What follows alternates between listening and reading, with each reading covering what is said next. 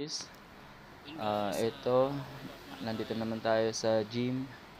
Dalawang araw tayo nawala kasi medyo parang napagod ako ng gusto.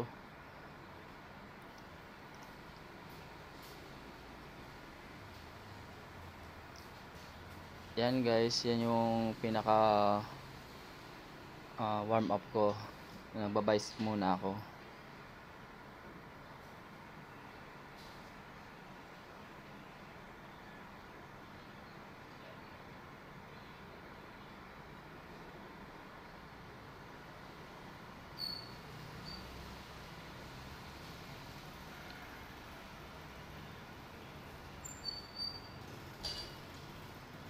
Yung ginagawa ko guys, hindi yan tuloy-tuloy yung pagbabat ko yung araw-araw. Kumbaga,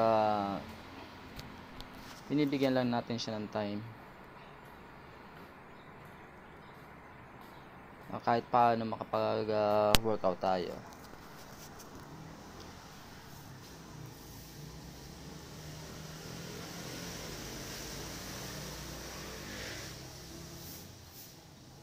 Yan, pa bicep muna tayo dyan para makapag-circulate ng maayos yung dugo natin. Tsaka may stretch yung mga ano natin, kalamnan.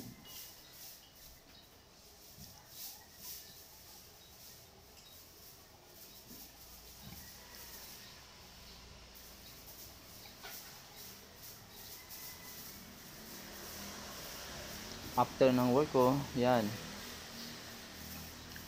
Pag may time, dyan tayo tumutuloy.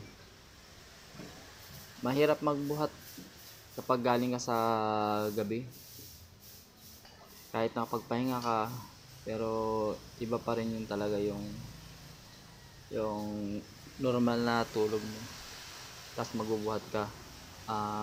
Good condition yung katawan mo. Kaya dyan, medyo parang hirap na hirap tayo sa pagbuhat at mabilis tayo mapagod. Yun guys, mag-isa pa lang tayo ngayon. Masyadong maaga pa. Yung iba Kaya kasi yan, mga dapat marami tayong tayo pa lang. proseso dyan, step by step kung paano magbuhat. Kaso ang ginagawa ko, kung nagpo-focus ako sa chest dyan, chest, bicep, tricep, yung ibang part hindi ko pa gaano napagtutuunan.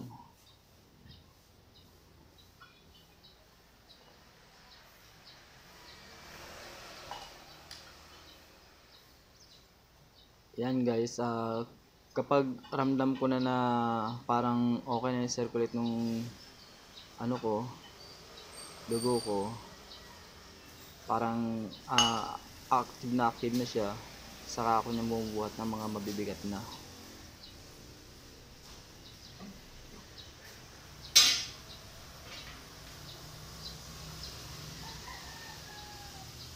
Makikita nyo guys, ako pa lang mag-isa dyan kasi masyado pang maaga yan. Siguro mga nasa 6:30 pa ng umaga yan dyan.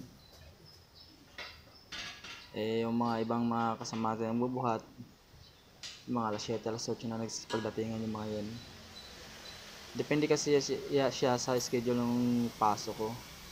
Kaya minsan umaga tayo ng buhat, minsan naman sa loob ng 15 days, pagkatapos ng 15 days, sa gabi naman tayo.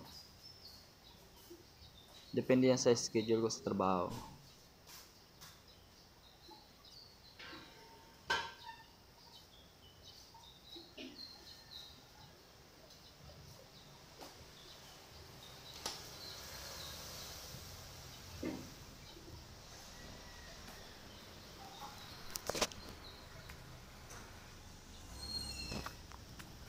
Yan guys, yan ang bench press.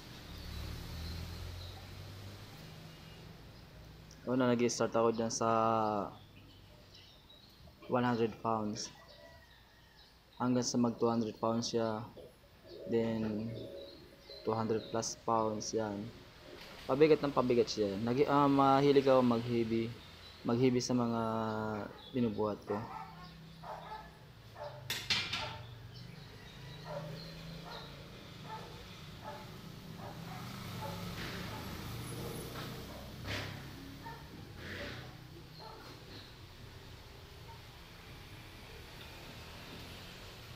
Yan.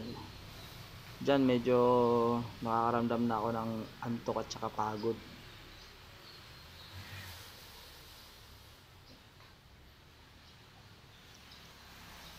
Kasi sa hapon, sa tanghali kasi wala na rin tayong time na magbuhat. Kasi mga alas 4 umalis na ako para pumasok. Kaya alang-alang ako magbuhat sa tanghaling tapat.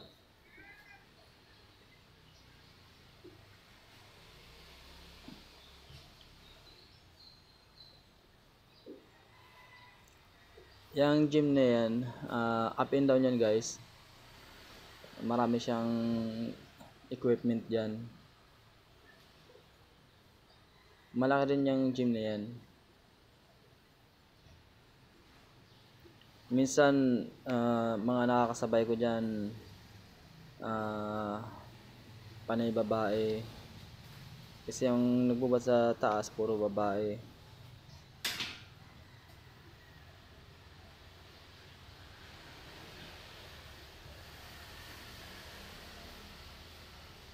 Yan guys, kita mo, naka maintain pa rin ako sa 100. Kasi ini-estimate ko pa kung kakayanin pa natin magdagdag na.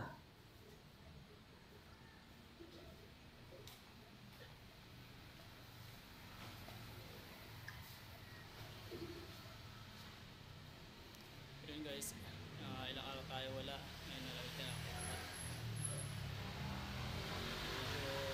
Medyo Yan nakakapagod guys, sa pagbubuhat hindi rin basta-basta talaga nakakapagod siya. biyahe. Kasi yung bigat na binubuhat mo, Pagod. wala pa sa kondisyon yung katawan mo.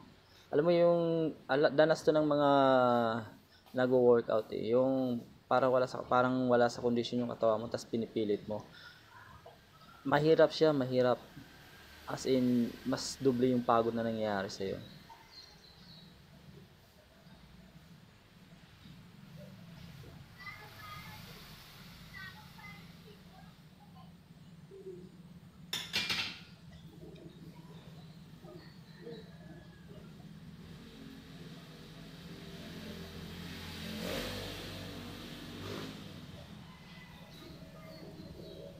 Yan, sa mga baguhan,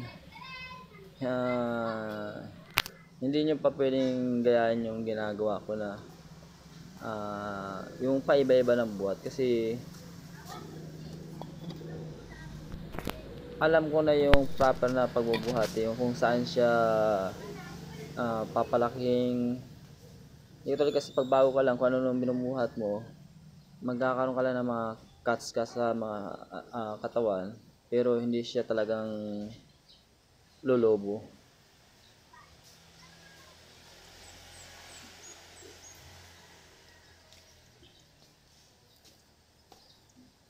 Tapos natin Yan guys, yan sa yung gym. pwesto ng mga babae pag nag-gym sila. Sige guys, hanggang dito na lang.